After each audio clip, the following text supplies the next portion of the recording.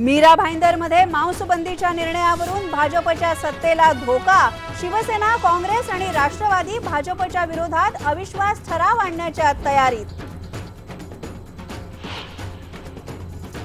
राजस्थान जवळच्या सीमेवरचे पाणीसाठे दूषित करण्याचा पाकिस्तानचा विषारी डाव। शस्त्रसंधीचं उल्लंघन करणाऱ्या पाकिस्तानकडून कुरापती काढणं सुरूच।